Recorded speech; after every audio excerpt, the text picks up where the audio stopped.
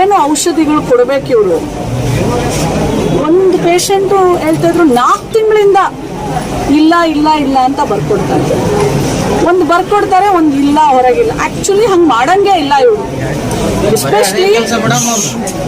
Especially ಔಷಧಿಗಳು ಸರ್ಕಾರ ಸಂಪೂರ್ಣವಾಗಿ ದುಡ್ಡು ಕಳಿಸುತ್ತೆ. ಸರ್ಕಾರದ ಯಾವುದೇ ತಪ್ಪಿಲ್ಲ. ಸರ್ಕಾರ ಇಲಾಖೆಯಿಂದ ದುಡ್ಡು ಕಳಿಸುತ್ತೆ. ಯಾವಾಗಲೂ ಔಷಧಿಗಳು ಖಾಲಿ ಆಗ್ತಾ ಇದೆ ಅಂತ ಗೊತ್ತಾಗಿದ್ದ ತಕ್ಷಣನೇ 15-20 ದಿವಸಕ್ಕೆ ಮುಂಚೆನೆ ಅವ್ರು ಇಂಡೆಂಟ್ ಹಾಕೊಂಡು ತರಿಸ್ಕೋಬಹುದು. ಇವ್ರಿಗೆ ಅದಕ್ಕೆ ಸ್ಪೆಷಲ್ ಫಂಡ್ ಇರುತ್ತೆ, ಸ್ಪೆಷಲ್ ಆದ್ಯತೆ ಇರುತ್ತೆ.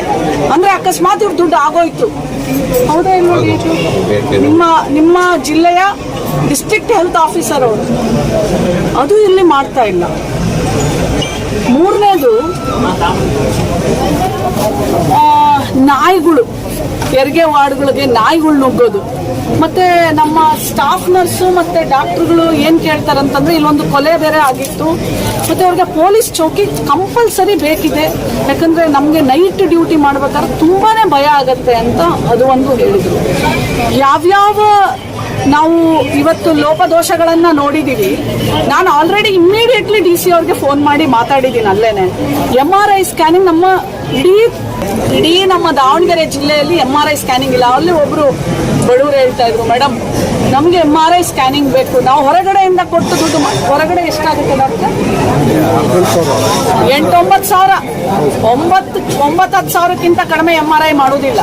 ನಾನು DC ಅವ್ರಿಗೆ ಮಾತಾಡಿದೆ. DC ಅವ್ರು ಅಂದ್ರು, ಮೇಡಮ್ ಚಿತ್ರದುರ್ಗದಲ್ಲಿ ಇರೋದ್ರಿಂದ ನಮಗೆ ಪ್ರಾವಿಷನ್ ಕೊಡ್ಲಿಲ್ಲ, ಆದ್ರೆ ನಂಗೆ ಖಂಡಿತವಾಗ್ಲೂ ಸರ್ಕಾರದ ಮಟ್ಟದಲ್ಲಿ ನಮ್ಗೆ ತಗೊಳಕ್ ಆಗ್ಲಿಲ್ಲ ಅಂದ್ರೆ ನಾನು CSR ಫಂಡ್ ಅಲ್ಲೇ ಆರ್ಗನೈಸ್ ಮಾಡೇ ಮಾಡ್ತೀನಿ, ಇಷ್ಟೊಂದೆಲ್ಲ ಬೇಡಿಕೆ ಇದೆ ಅಂತ ಅವರು ಹೇಳಿದ್ರು. ಮತ್ತೆ ಕುಡಿಯೋ ನೀರಿನ ಫಿಲ್ಟ್ರು ಅವೆಲ್ಲ ಇದೆ.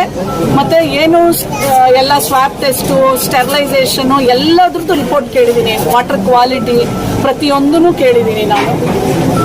ಇಷ್ಟು ಅವ್ಯವಸ್ಥೆ ಮತ್ತೆ ಯಾವುದೇ ತರ ಮಾಹಿತಿಗಳಿಲ್ಲ. ಮತ್ತೆ TV ಬೋರ್ಡ್ ಅಲ್ಲಿ ನಡೀತಾ ಇರಬೇಕು, ಸರ್ಕಾರದ ಯೋಜನೆಗಳದು ಮಾಹಿತಿ ಕೊಡ್ತಾ ಇರಬೇಕು, ಅದು ಎಲ್ಲೂ ಇಲ್ಲ. ಆಮೇಲೆ ಒಳಗಡೆ ಎಲ್ಲ ಬಹಳಷ್ಟು ಏನಂತಾರೆ ಇನ್ಫ್ರಾಸ್ಟ್ರಕ್ಚರ್. ಆಮೇಲೆ ಫ್ಯಾನ್ಗಳು 1.5-2 ವರ್ಷದಿಂದ ವರ್ಕ್ ಆಗ್ತಾ ಇಲ್ಲ. ಎಲ್ಲ ಕಿಟಕಿಗಳು ತೆಕ್ಕೊಂಡ್ಬಿಟ್ಟವ್ರೆ, ಶಕೆ ಅಲ್ಲ. ಸೊ ಹಾಗಾಗಿ ಇಷ್ಟೆಲ್ಲ ಇದಾವೆ. ನಾನು ಸರ್ಕಾರದ ಗಮನಕ್ಕೆ ತಂದು ಎಲ್ಲವನ್ನು ಮಾಡಿಸುವಂತ ಪ್ರಯತ್ನವನ್ನ ಮಾಡಿ. ಅದು ನನಗೆ ಅಂದ್ರೆ ಎಲ್ಲ ರೆಡಿ ಇದೆ. ಇನ್ನ ಡಾಕ್ಟರ್ಸು ಅವ್ರನ್ನೆಲ್ಲರನ್ನೂ ತಗೊಂಡು ಸ್ಟಾಫ್ ಅದು ಒಂದು ಮಾತ್ರ ಬಾಕಿ ಇದೆ ಅಂತ ಹೇಳಿದ್ದಾರೆ. ಖಂಡಿತವಾಗ್ಲೂ ನಾನು ಅದನ್ನ ಪ್ರಿಯಾರಿಟಿ ಮೇಲೆ ಇಮ್ಮಿಡಿಯೇಟ್ಲಿ ನಾನು ಆಯುಕ್ತರಿಗೆ ಗಮನಕ್ಕೆ ತಂದು ಅದನ್ನ ಆದಷ್ಟು ಬೇಗ ಮಾಡ್ಲಿಕ್ಕೆ ಸರ್ಕಾರಕ್ಕೆ ಪತ್ರವನ್ನ ಬರೀತೀನಿ. 12ವರೆಗೆ ಊಟ ಇರಬೇಕಲ್ಲ.